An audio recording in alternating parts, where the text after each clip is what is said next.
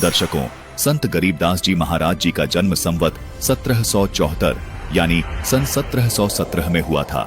सन 1778 में यानी 61 वर्ष की आयु में संत गरीबदास जी महाराज जी अपने शरीर को छोड़कर सतलोक चले गए थे, यानी उनका निर्वाण हो गया था। संत गरीबदास जी महाराज जी के शरीर को गांव छुड़ानी में मिट्टी में दफनाकर वहां पर एक यादगार बना दी गई थी, जहां वर्तमान में आज एक बहुत बड़ा मंदिर बना हुआ है जो छतरी साहिब नाम से प्रसिद्ध है। दर्शकों, संत गरीबदास जी महाराज के सतलोक जाने से पहले उनका एक भक्त हुआ करता था जिनका नाम था भूमड़ सैनी, जो सहारनपुर के रहने वाले थे। भूमड़ सैनी जी के पैर में लंग थी, यानी वो थोड़ा सा लंगड़ा कर चलते थे।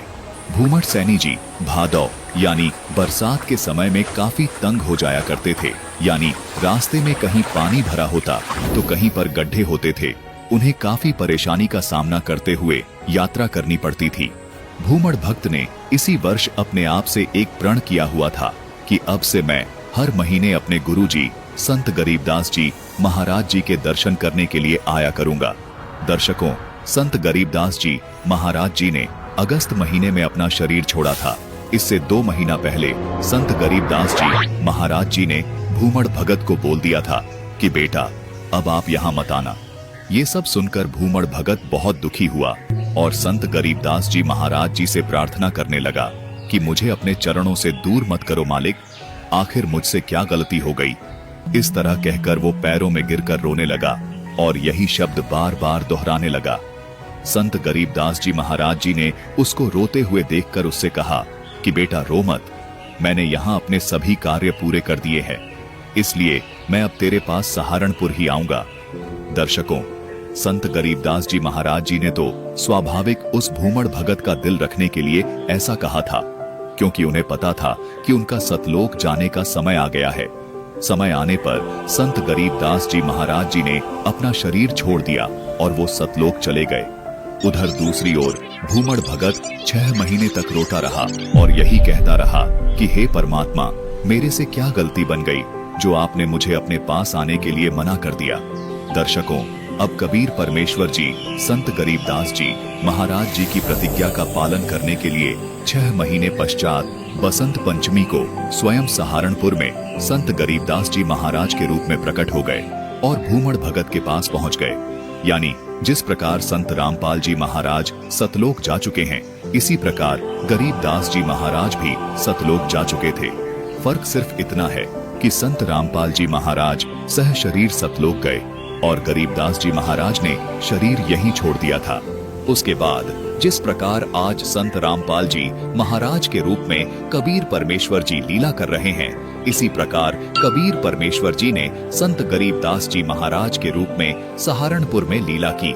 दर्शकों, संत गरीबदास जी महाराज के रूप में कबीर परमेश्वर जी ने भूमड़ भगत से कहा कि मैं अब आ गया हूँ और कहीं नहीं जाऊंगा।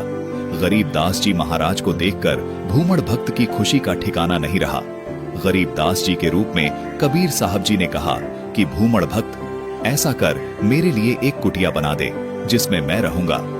भूमड़ भक्त ने कहा कि हे महाराज, आपके दास के पास एक बेरी का बाग ही था जो अब पूर्ण रूप से सूख चुका है। संत गरीबदास जी महाराज के रूप में लीला कर रहे कबीर परमेश्वर जी ने कहा कि हे भूमड़ भक्त, आप मेरे लिए इसी बाग में कुटिया बना दीजिए।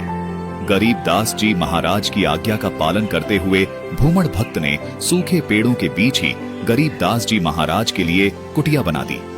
दर्शकों, तीसरे ही दिन भूमड़ भक्त का वो बेरी का बाग हरा भरा हो गया।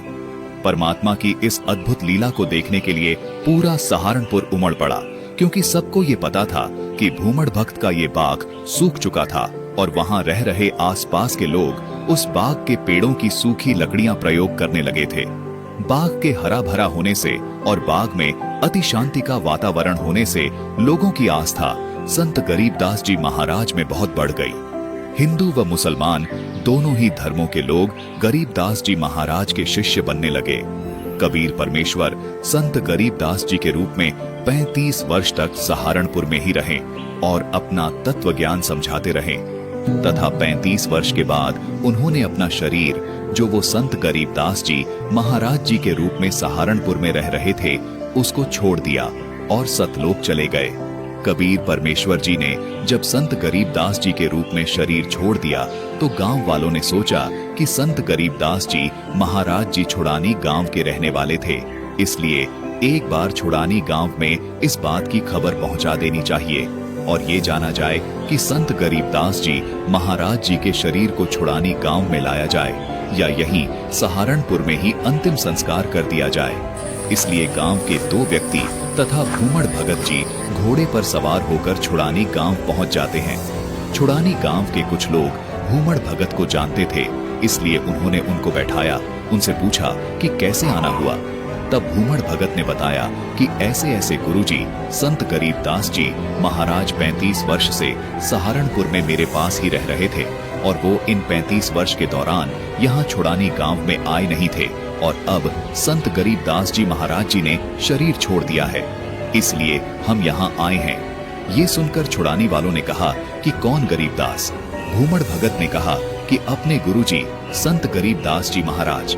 गांव वाले बड़े ही आश्चर्य से भूमड़ भक्त को देखे जा रहे थे तथा भूमड़ भक्त ने अपनी बात जारी रखी। भाइयों, हम तो आपसे ये पूछने आए हैं कि महाराज जी का अंतिम संस्कार यहाँ छुड़ानी में करें या उधर सहारनपुर में ही कर दें। दर्शकों, भूमड़ भगत की ये बात सुनकर छुड़ानी गांव के वो लोग जो वहां उपस्थित थे ये सब बातें सुनकर हैरान हो जाते हैं और बोलते हैं कि संत गरीबदास जी महाराज जी ने तो आज से 35 वर्ष पूर्व ही अपना शरीर छोड़ दिया था और ये देखो उनकी यादगार बना रखी है। उनके तो यहाँ मेले लगते हैं, भगत उनकी पूजा करते हैं। गांव वाले भूमड़ भक्त से कहते हैं कि हम आपके साथ सहारनपुर चलते हैं ताकि इस घटना को जांच सके। छुड़ानी गांव से 2 व्यक्ति घोड़े पर सवार होकर भूमड़ भक्त के साथ सहारनपुर जाते हैं।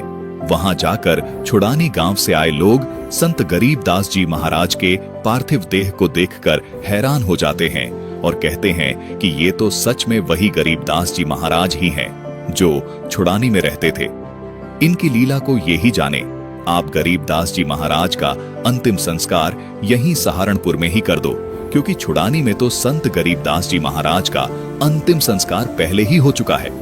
दर्शकों, इस पूरे घटनाक्रम को देखकर सहारनपुर के लोग भी हैरान थे कि छुड़ानी गांव से आए लोगों ने भी ये पुष्टि कर दी है कि संत गरीबदास जी महाराज आज से लगभग 35 साल पहले भादवे सुदी एकादशी संवत 1778 में छुड़ानी में शरीर त्याग गए थे। क्योंकि छुड़ानी गांव के लोगों के आने से पहले सहारनपुर के लोगों को भी विश्वास नहीं हो रहा था कि संत गरीबदास जी महाराज 35 साल पहले शरीर त्याग गए थे। दर्शकों, इस पूरी घटना से इस बात की पुष्टि हो जाती है कि संत गरीबदास जी महाराज के रूप में स्वयं कबीर परमात्मा जी ही लीला कर रहे थे।